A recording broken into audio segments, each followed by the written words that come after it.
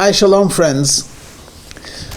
The Jewish nation, actually, we could define it as a big mishpacha. Mishpacha means family. In fact, looking at it from the perspective of how the Chumash, the Bible, introduces humanity, first there's man, then there's woman, then there are children. And that's essentially the building block of creation itself. And as we continue the story of Noah, there's Noah, his wife, 3 children, their wives, and again, population. But in particular, the Jewish nation, which actually is described in the book of Exodus, is clearly preceded by the book of Genesis, which describes the Jewish family. Until today, some 4,000 years after the birth of Abraham and the life of Abraham, we consider ourselves the children of Abraham, Yitzchak, and Yaakov, Abraham, Isaac, and Jacob, and the children from the mothers of Israel, Sarah, Rivka, Rachel, and Leah. And it's an amazing thing. I probably know more about the life of Abraham than I know of the life of my great-great-great-great-great-grandfather, who only lived 160 years ago.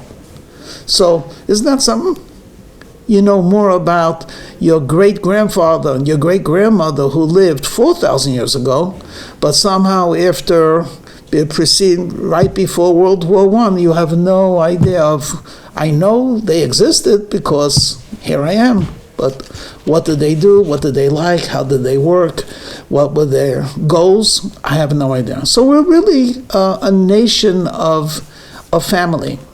It's not only in a historical sense, but it's actually identification.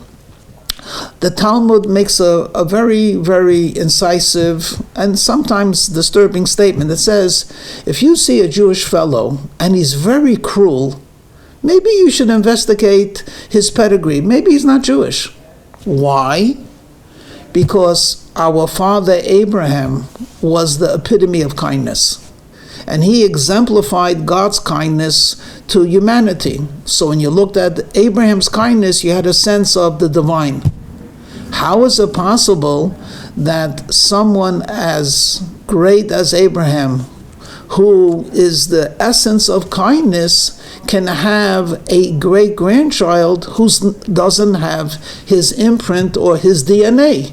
Maybe he's not Jewish. Now, it's interesting. It doesn't say that if you see a Jew eating pork, investigate whether or not he's Jewish. No, you could be a child of Abraham and Sarah and still, God forbid, choose to go away out of ignorance or sometimes out of malice. But how could you go against the very essence of Abraham? Abraham is kindness. And you, 4,000 years ago, you're his great, how many times you want to add, child. And it's interesting that the Torah, which is the book of the book of instruction, we're always curious. I mean, for children and even grandparents, some of the favorite time of children is, Dad, Mom, can you tell me how it was when you were growing up? And you sometimes will say, Zaidi or Bubby, can you tell us a little bit about the fights you had in school or what you like to do, your hobbies? Of course, it's curiosity, but it's much more than that. Somehow, when a child hears that he likes art, is because his mother actually was an amateur artist. Or if someone finds gravitating towards the military and finds out that his grandfather was an admiral, somehow it makes life clearer. So knowing the background of our patriarchs actually also helps us understand where we are and where we are going. So this is an introduction to the thought that I want to share with you today. The second pair of parents, we have father, son, grandson, Abraham, Isaac, Jacob, Sarah, and then followed by Rivka, and then of course Rachel and Leah. When we look at the second set, Isaac and Rebecca, Yitzchak and Rivka, we're immediately struck by the contrast between them. The Torah makes it very clear that Rivka, otherwise in English known as Rebecca, Rivka grew up in an environment which was simply corrupt. That's the best way to put it. And her family was not immune to that. Her brother actually had a reputation of being a swindler, Lavan Arami. And the father, from the name itself, we glean that he was not a good man. Bethuel, not a good man. So she grows up in a corrupt society, and her immediate family is nothing short of evil. Isaac, or Yitzchak, is completely different. I mean, his mother is 90 years old, his father is 100 years old, and he is born through a miracle. So he's a miracle child. And his parents are the closest thing to angels on earth. And he's born in the land of Canaan, which is the land of Israel. Almost two extremes. A miracle child by saintly parents in a holy land, and contrast that to his spouse, his wife, the mother of the Jewish people, who's born in a sinful family, through a natural, normal way of coming into this world, and a corrupt society. And yet, they connect, which in itself is a lesson and a miracle. So lesson number one that I glean from this, though there are many, is that you cannot blame environment or parents for who you are. It's almost inevitable when you see someone who's exhibiting a bad character trait. You say, like, why are you so selfish? And he says, don't blame me, that's the way I was brought up. Or, God forbid, you see someone who has difficulty controlling his liquor. He says, look, my dad was a drunk. Almost as if to say, that's a justification for the way I am. If someone is I don't like saying the word, but an abusive parent, he might say, look, that's the way I was brought up. Someone in crime will say, I grew up in a bit tough neighborhood. Everyone was doing drugs. So the first thing we're reminded of, take a look at Rivka. If there was ever a truism, a rose among the thorns, it's Rivka. Every possible obstacle was put in her way. Family and environment, maybe education, friends, peer pressure. And yet who is she? She's a rose. She's filled with kindness, and she gravitates towards holiness. So we are the children of Yitzchak and Rivka.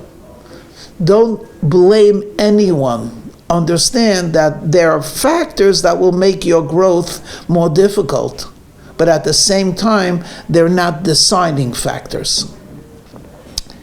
Now let's take a look at her children.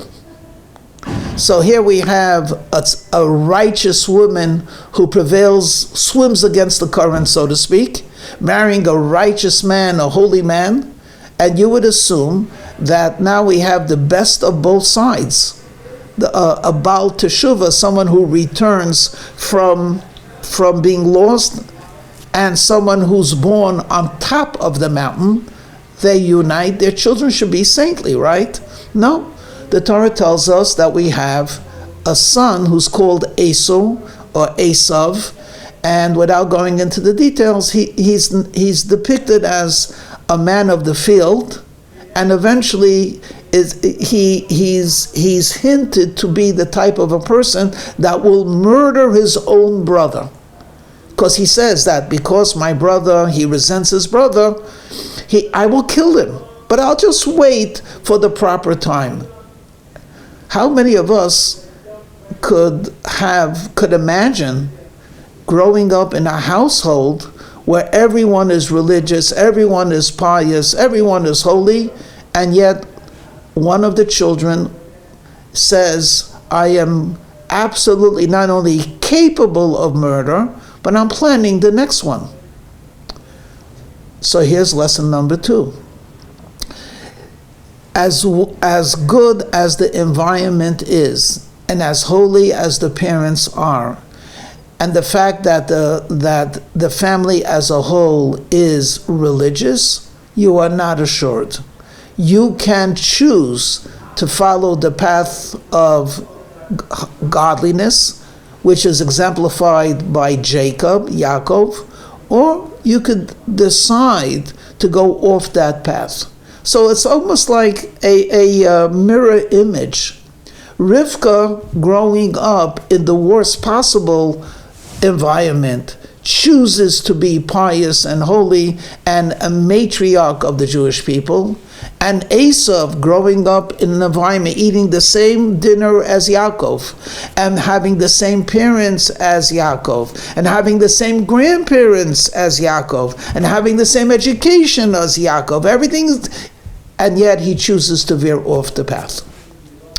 So personal responsibility, I think, is actually being emphasized in the story of Yitzchak and Rivka, and we, as their children, and we that have their spiritual DNA, should understand the responsibility and the privilege, of course, but the responsibility of making a path leading to Hashem.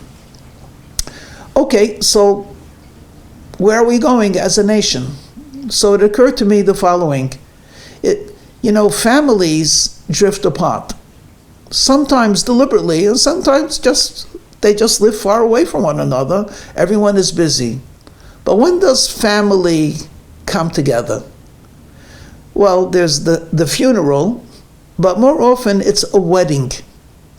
A wedding brings family together. And I'm sure you might have experienced it yourself. You're at a wedding and a person comes over, I'm your second cousin, and I just wanted to say hi. A wedding unites family. The sages tell us that when the Mashiach will come, it will be like a wedding between the Jewish people and Hashem. Almost similar to the giving of the Torah, which is likened to the wedding. So, what should we look forward to? Well, all of us are the family of Abraham and Sarah, and Yitzchak and Rivka, and Yaakov and the 12 tribes.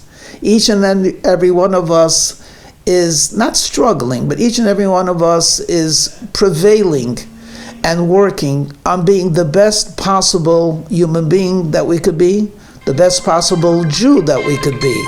And even if some of us look like we've departed from the family traditions, there's a wedding coming up.